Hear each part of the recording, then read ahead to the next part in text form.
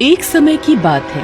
रात को सोनू ट्रेन में वॉशरूम जाने के लिए उठता है। अचानक बहुत तेज हवाएं चलने लगती हैं। साए साए की आवाजें आने लगती हैं। तभी किसी के रोने की आवाज सोनू को सुनाई पड़ती है और एक भूतिया साया सोनू के बगल से जाता हुआ दिखता है। अरे अभी तो सिर्फ 2 ही बजे हैं। ये इतना अजीब सा माहौल कैसे हो रखा है। खैर जो भी है, अभी तो बहुत समय है पहुंचने में। चलो वॉशरूम जाके आता हूँ, तब वापस सो जाऊंगा। सोनू अपने कंपार्टमेंट में अपनी सीट से उठकर थोड़ा आगे जाता है तो वो देखता है कि अगली सीट पर 4 लोग बैठकर कोई खेल खेल रहे होते हैं। अरे भाई, हम ये खेल खेल तो रहे हैं, बट सोच समझ लो, कभी ये खेल हम पर ही भारी पड़ जाए। चल चल डरपोक, कैंडल जला जल्दी से और इस पेपर के बीचों बीच एक गोला बना के उसके अंदर रख दे। अरे भाई, ये तुम लोग क्या कर रहे हो? कौन सा गेम है ये? मुझे भी बताओ। भाई, ये बहुत डरावना खेल है, इसमें मरने का भी डर है। मतलब मौत का खेल। ऐसा कुछ नहीं होता, सब इंसान द्वारा बनाए गए चोचले ही हैं। भाई मैं नहीं खेलूंगा, मुझे डर लग रहा है और मुझे अभी नहीं मरना। हाँ भाई पिंकू, तू नहीं खेलेगा तो हम 3 लोग ही रह जाएंगे और फिर हम ये गेम ही नहीं खेल पाएंगे, इसलिए तुझे खेलना ही पड़ेगा। ठीक है ना भाई, वैसे तो मुझे तुम लोगों की बातें सुन के हंसी आ रही है, पर कोई नहीं, आज ये भी करके देख लेता हूँ।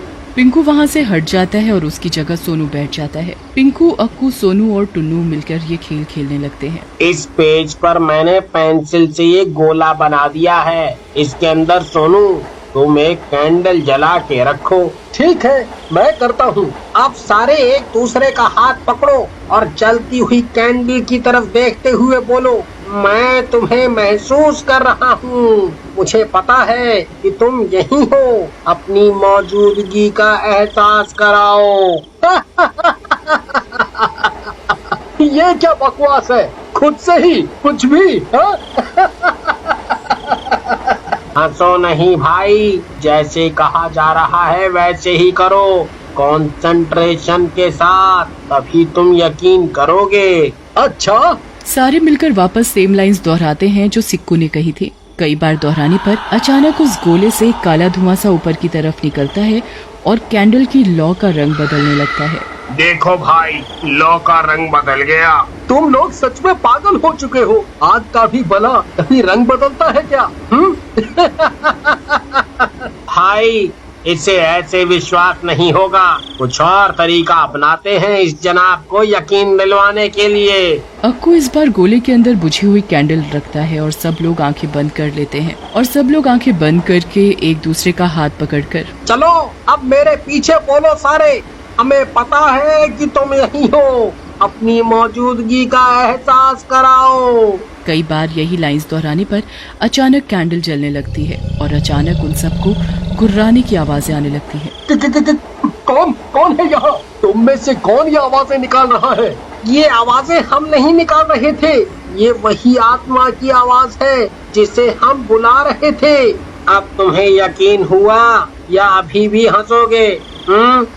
मुझे पता है, तुम में से ही किसी ने कैंडल जलाई है जब मेरी आंखें बंद थी, और ये जरूर पिंकू भाई ने आवाज निकाली होगी।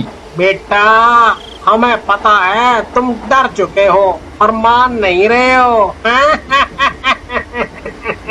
और सब लोग ये सुनकर हंसने लगते हैं। चलो चलो काम करो अपना, मैं जाता हूँ अब सोने, ये सारी फालतू की बातें हैं। सोनू अंदर ही डर रहा होता है, पर वो सोने की कोशिश करता है अपनी सीट पर आकर। तभी सोनू को एक साया अपनी सामने वाली सीट पर दिखता है। कौन है वहाँ?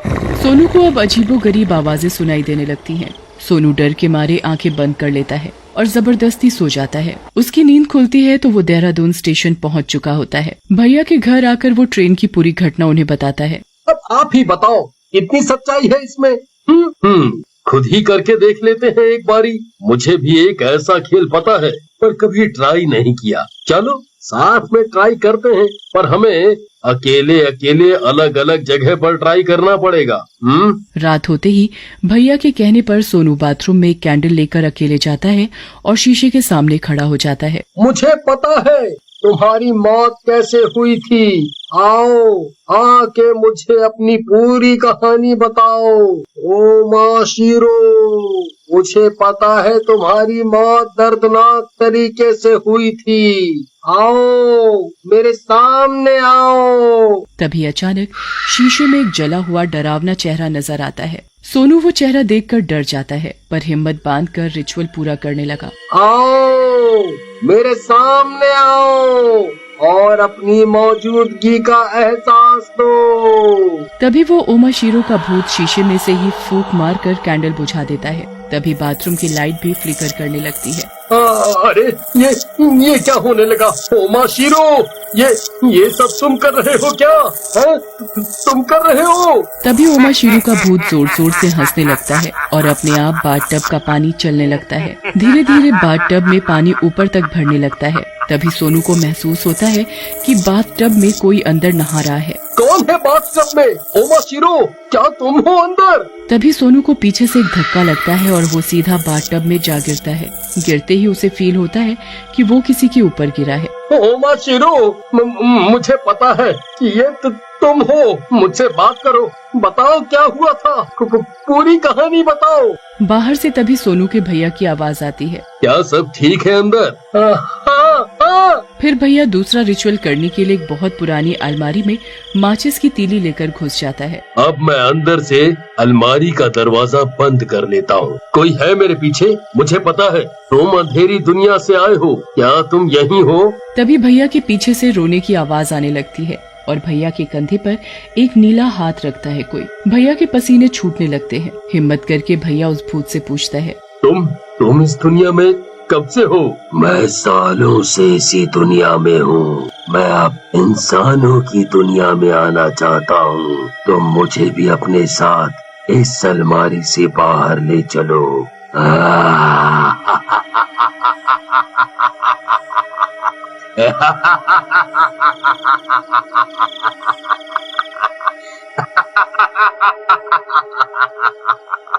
तभी सामानों के गिरने की तेज आवाजें आने लगती हैं। चीजें अपने आप हवा में उड़ने लगती हैं। जोर जोर से हंसने की आवाजें आने लगती हैं। सोनू ओमा शीरो से बात करने की कोशिश करता है। क्या हुआ था तुम्हारे साथ? कैसे मौत हुई थी तुम्हारी? मैं बहुत सालों पहले बाथरूम में नहाने आया था और मेरा पैर फिसल गया और बाथटब में सर लगने से मेरी मौत हो गई। फिर मेरी आत्मा शीशे में ही कैद हो गई। अब जब भी कोई कैंडल लेके मुझे शीशे से पुकारता है तो मैं आ जाता हूँ। तो अब तुम अब क्या चाहते हो? अब मैं इंसानी दुनिया में रहना चाहता हूँ। पर कैसे? तुम तो एक आत्मा हो। तुम्हारे शरीर में प्रवेश करके आज तक जितने लोगों ने भी ये खेल खेला उन्होंने बीच में ही रोक दिया, पर तुमने इसे पूरा किया। इसलिए अब मैं तुम्हारी आत्मा इस शीशे में कैद करके तुम्हारे शरीर में बाहर रहूंगा। ये सुनकर मानो सोनू को परलोक याद आ जाता है। सोनू थर थर कांपने लगता है और जोर जोर से भैया को बुलाने लगता है। इधर भैया अपने रिचुअल को पूरा करने के लिए सोच ही रहा होता है कि सोनू की चीखें सुनकर भैया तुरंत माचिस की तीली जलाता है और रिचुअल वहीं खत्म करके और भागा भागा बाथरूम की तरफ जाता है। ओमा शीरो सोनू का मुंह बाथटब में ही दबाने लगता है। पानी के प्रेशर से सोनू को सांस लेने में दिक्कत होने लगती है। सोनू छटपटाने लगता है। वो तेज तेज बाथटब के पानी में पैर मारने लगता है और अपने आप को बचाने की कोशिश करता है। छोड़ मुझे छोड़ दे मुझे। नहीं, इतने सालों के बाद मुझे आजाद होने का मौका मिल रहा है। मैं तुझे मार डालूंगा और फिर मैं इस दुनिया से मुक्ति पा लूंगा। बचाओ भैया बचाओ मुझे ये खेल अब नहीं खेलना। बचाओ। भैया बाहर से गेट खोलने की कोशिश करता है पर नाकामयाब होते हैं। सोनू, दरवाजा नहीं खुल रहा। मैं दरवाजा तोड़ने की कोशिश कर रहा हूँ। तुम बस अपने आप को पानी से बचा के रखो। पानी के अंदर अपना सर मत जाने देना। तभी ओमाशीरो अपनी शक्ति से बाथरूम की सारी टैप्स चालू कर देता है और पानी निकलने के सारे रास्ते ब्लॉक कर देता है। बाथरूम में पानी भरता ही जाता है। हे भगवान, ये मैंने बहुत बड़ी गलती कर दी। आज मुझे बचा ले, आज मुझे बचा ले। मैं प्रसाद चढ़ाऊंगा और आज के बाद कभी किसी भी शक्ति का मजाक नहीं उड़ाऊंगा। हे राम जी, पानी तो बढ़ता ही जा रहा है। ऐसे तो ओमाशीरो की शक्ति भी दुगनी हो जाएगी। सोनू, तुम बाथटब से बाहर निकलने की कोशिश करो। उस ओमाशीरो की शक्ति सिर्फ बाथटब में ही दुगनी हो सकती है। मैं जब तक दरवाजा तोड़ रहा हूँ। अच्छा, मेरे खिलाफ चाल चलोगे तुम लोग? तुम्हारी इतनी हिम्मत, अभी बताता हूँ तुम्हें। ओमाशीरो अपना एक हाथ बड़ा करके दरवाजे के बाहर निकलता है और भैया को जोर का धक्का देकर दूर फेंक देता है। भैया का सिर दीवार पर जा लगता है जिससे उसके सिर से खून आने लगता है। अब मुझे आजाद होने से कोई नहीं रोक सकता।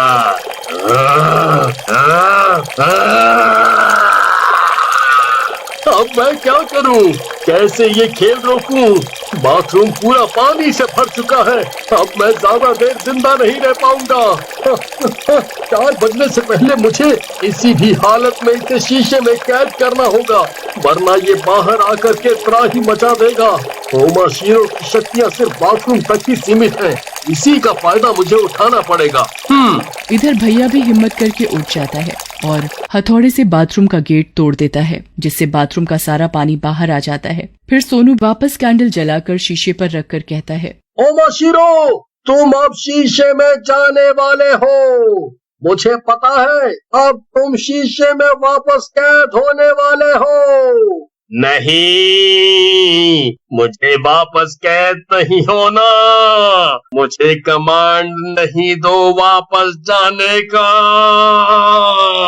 तुम्हें जाना ही होगा। जाओ, वापस जाओ।